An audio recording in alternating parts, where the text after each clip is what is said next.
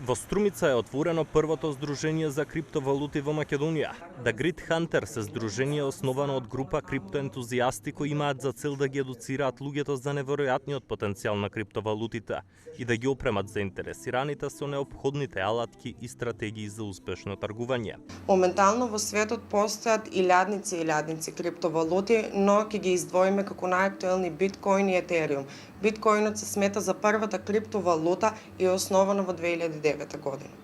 Колку се нашите струмичани информирани за криптовалути? Од самото отварање на нашиот криптоклуб имаме голема заинтересираност од нашите струмичани, но исто така мора да напоменеме дека се уште има луѓе кои не се доволно информирани што е тоа криптовалути и блокчейн технологијата позади нив. Но колку нашите струмичани се заинтересирани за потенцијалот на криптовалутите? Од здруженијето велат дека покажува големиот број луѓе кои секојдневно ги посетуваат просториите, со цел да се информираат за придобивките од криптотргувањето.